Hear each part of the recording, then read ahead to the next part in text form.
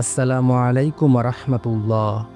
প্রিয় দর্শক, আপনি কি দিনরাত পরিশ্রম করছেন, তবুও সংসার চলে না, তবুও টাকা জমে না, তবুও মনে হয় রিজিক তো আসছে কিন্তু যেন থেমে যাচ্ছে?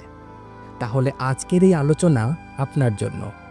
আপনি পরিশ্রম করছেন কিন্তু রিজিক কম কেন? অনেকে ভাবে, আমি তো অনেক কষ্ট করি, অফিস করি, ব্যবসা করি, সময় মতো কাজ করি, তবুও কেন টাকা আসে কিন্তু থাকে না? এখানে বুঝতে হবে, রিজিক কেবল আয় না, বরং তা আল্লাহর পক্ষ থেকে বরকতপূর্ণ দান।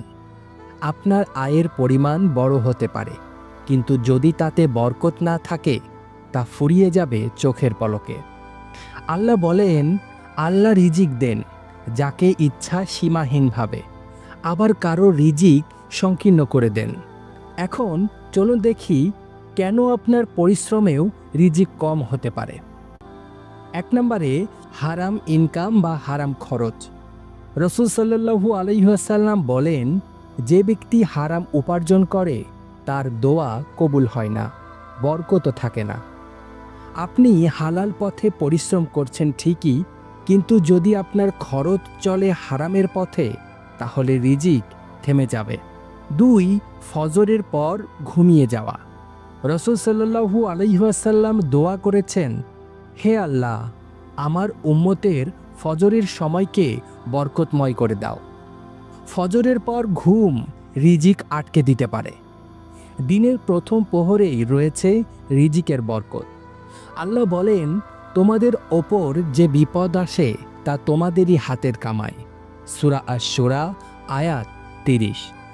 পরিশ্রম করে আয় করছেন, কিন্তু হয়তো গীবত, হিংসা, পরনিন্দা, জিনা, সুদ এসবই হয়ে উঠছে রিজিকের বাধা। রাসূল সাল্লাল্লাহু আলাইহি ওয়াসাল্লাম বলেন, যে আত্মীয়তার সম্পর্ক বজায় রাখে তার রিজিক বৃদ্ধি পায় ও আয়ু বরকতপূর্ণ হয়। মায়ের ফোন ধরি না, ভাইয়ের খবর নিই না, তাহলে রিজিক কিভাবে আসবে?